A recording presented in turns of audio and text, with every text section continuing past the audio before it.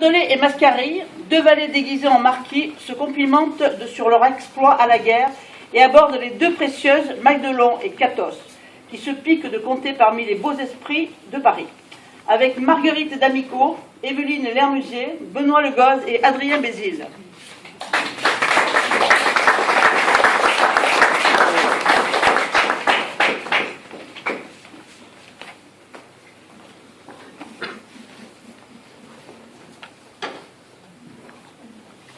Ah, vicomte! Ah, marquis! Que je suis aise de te rencontrer! J'ai de joie de te voir ici. Embrasse-moi donc encore un peu, je te prie. Ma toute bonne, nous commençons d'être connus. Voilà le beau monde qui prend le chemin de nous venir voir. Mesdames, agréez que je vous présente ce gentilhomme-ci. Sur ma parole, il est digne d'être connu de vous. Il est juste de venir vous rendre ce qu'on vous doit. Et vos attraits exigent leurs droits seigneuriaux sur toutes sortes de personnes. C'est pousser vos civilités jusqu'aux derniers confins de la flatterie. Cette journée doit être marquée dans notre almanach comme une journée bien heureuse. Ne vous étonnez pas de voir le vicomte de la sorte.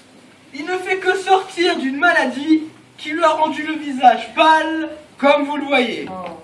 Ce sont fruits des veilles de la cour et des fatigues de la guerre. Savez-vous, mesdames, que vous voyez dans le vicomte un des plus vaillants hommes du siècle? C'est un brave à trois poils. Vous ne m'en devez rien, marquis, et nous savons ce que vous savez faire aussi. Il est vrai que nous sommes vus tous deux dans l'occasion. Et dans des lieux où il faisait fort chaud. Oui, mais non pas si chaud qu'ici. Aïe, aïe, aïe, aïe, aïe. Notre connaissance s'est faite à l'armée. Et la première fois que nous nous vîmes, il commandait un régiment de cavalerie sur les galères de Malte. Il est vrai. Mais vous étiez pourtant dans l'emploi avant que j'y fusse. Et je me souviens que je n'étais que petit officier encore, que vous commandiez 2000 chevaux. La guerre est une belle chose, ma foi, mais la cour récompense aujourd'hui, bien mal, les gens de service comme nous. C'est ce qui fait que je veux pendre l'épée au croc. Pour moi, j'ai un furieux tendre pour les hommes d'épée. Je les aime aussi, mais je veux que l'esprit assaisonne la bravoure. Te souvient-il, vicomte, de cette demi-lune que nous emportâmes sur les ennemis au siège d'Arras? Que veux-tu dire avec ta demi-lune? C'était bien une lune tout entière. Je pense que tu as raison. Il m'en doit bien souvenir, ma foi. J'y fus blessé à la jambe d'un coup de grenade, dont je porte encore les marques. Tâté de grâce, ou sans dire quelques coups, c'était là.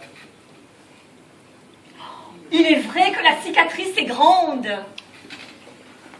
Donnez-moi un peu votre main et tâtez celui-ci là, justement au derrière de la tête. Y êtes-vous?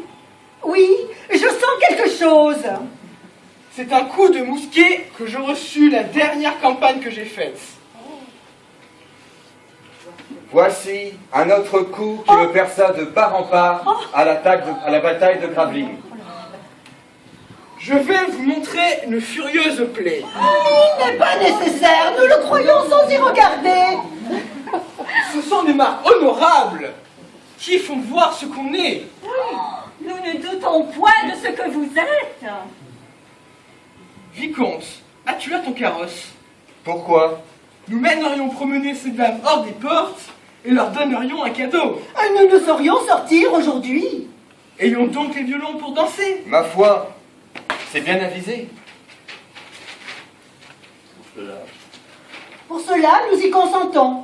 Mais il faudrait quelques surcroîts de compagnie. Oh là! Champagne, bourguignon, cascaré, basque. La verdure, lorrain, provençal. Au diable soient tous ces laquais. Je ne pense pas qu'il y ait gentilhomme en France plus mal servi que moi. Ces canailles me laissent toujours seul. Almanzor, Dites aux gens de monsieur d'aller quérir des violons et faites venir ces messieurs et ces dames d'ici près pour peupler la solitude de notre bal. Vicomte, que dis-tu de ces yeux? Mais toi-même, marquis, que t'en semble? Moi, je dis que nos libertés auront peine à sortir d'ici, les brais nets. Au moins, pour moi, je reçois d'étranges secousses et mon cœur ne tient plus qu'à un filet. Que tout ce qu'il dit est naturel. Il tourne les choses le plus agréablement du monde. Il fait une furieuse dépense en esprit. Pour vous montrer que je suis véritable, je veux faire un impromptu là-dessus. Et je vous en conjure, de toute la dévotion de mon cœur, que nous ayons quelque chose que l'on ait fait pour nous. J'aurais envie d'en faire autant, mais je me sens un peu incommodé de la veine poétique pour la quantité des saignées que j'y ai faites ces jours passés. Que diable est cela? Je fais toujours bien le premier vers, mais j'ai peine à faire les autres. Ma foi, ceci est un peu trop pressé. Je vous ferai un impromptu à loisir que vous trouverez le plus beau du monde. Il a de l'esprit comme un démon. Et du galant, et du bien tourné. Vicomte, y a-t-il longtemps que tu n'as vu la comtesse? Il y a plus de 3 semaines que je lui ai rendu visite. Sais-tu bien que le duc m'est venu voir ce matin et m'a voulu mener à la campagne courir un cerf avec lui? Voici nos amis qui viennent. Et voilà.